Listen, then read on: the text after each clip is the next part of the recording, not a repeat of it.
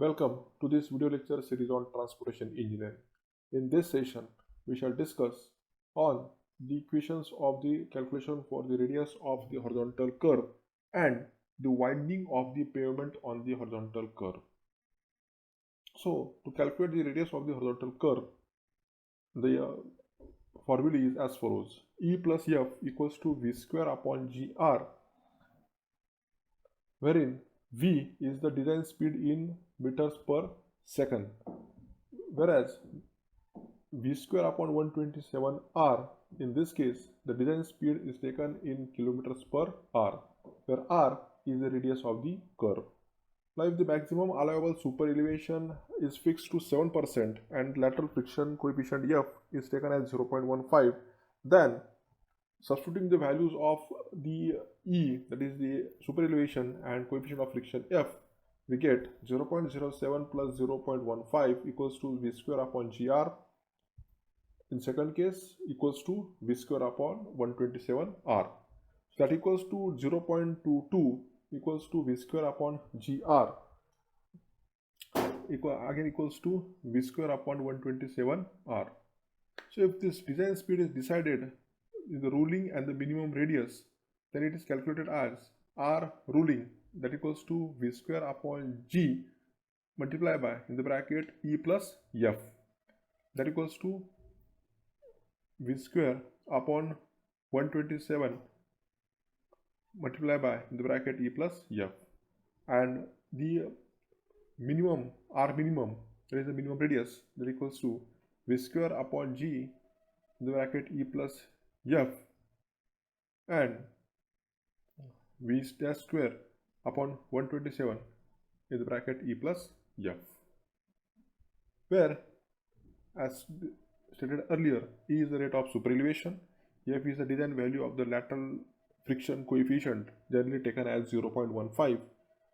Small or capital V is the design speed of the vehicle in meters per second or in kilometers per hour, and V dash and capital V dash are the minimum design speed of the vehicle in meters per second or in kilometers per hour.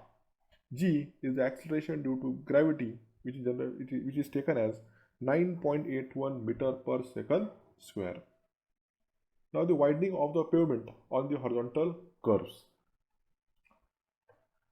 Now on the horizontal curves, especially when there are less than 300 meter radius, it is quite common to widen the pavement slightly more than that of the normal width of the pavement.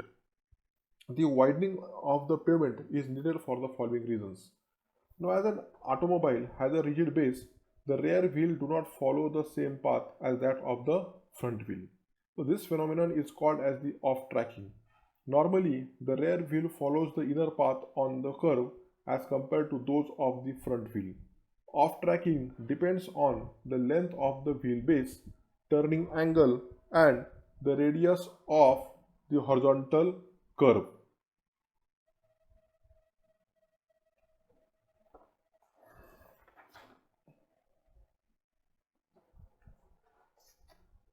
Now, there is a psychological tendency to maintain a greater clearance between the vehicles than on the straight for the increase of the safety.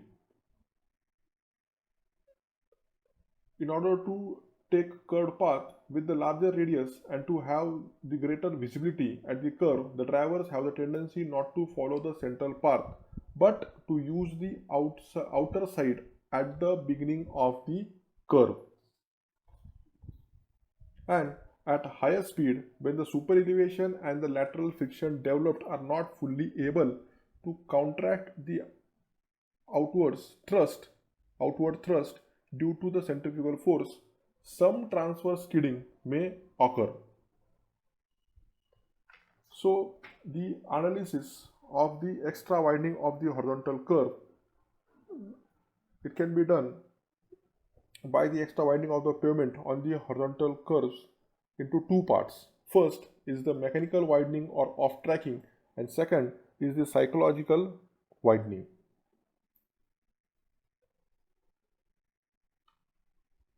Mechanical widening is the widening required to account for the off-tracking of the vehicle due to the rigidity of the wheels.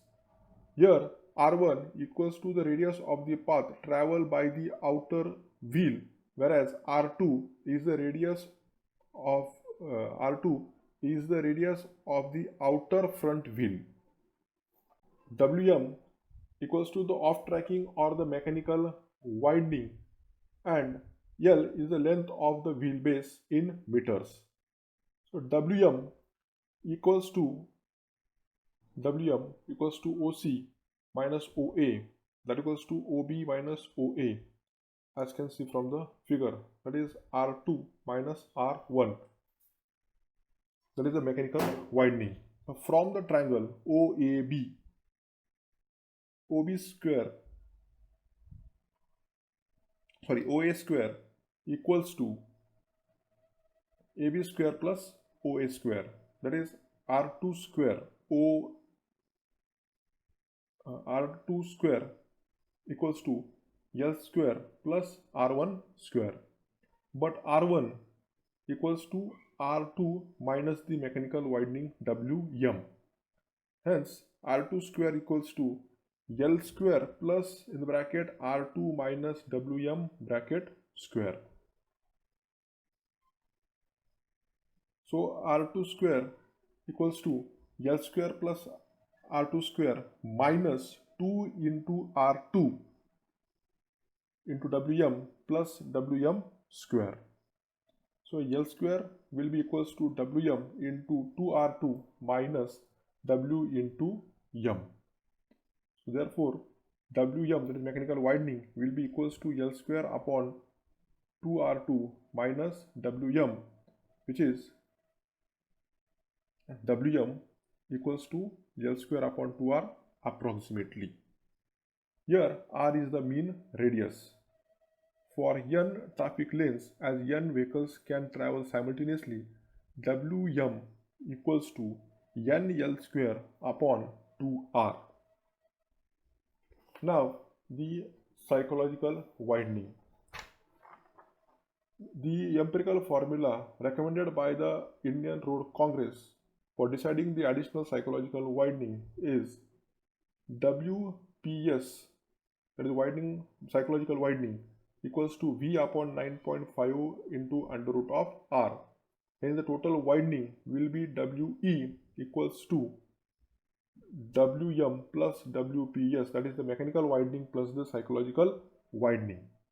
So the total extra winding WE equals to NL square upon 2R plus V upon 9.5 into under root of R. Here it should be noted that WE equals to NL square. It should be read as NL square and not as NL2, where N equals to the number of traffic lanes, L equals to the length of the wheelbase, generally taken as 6.1 or 6 meters. V is the design speed in kilometers per hour, and R is the radius of the horizontal curve in meters. With this, we shall stop here. Thank you.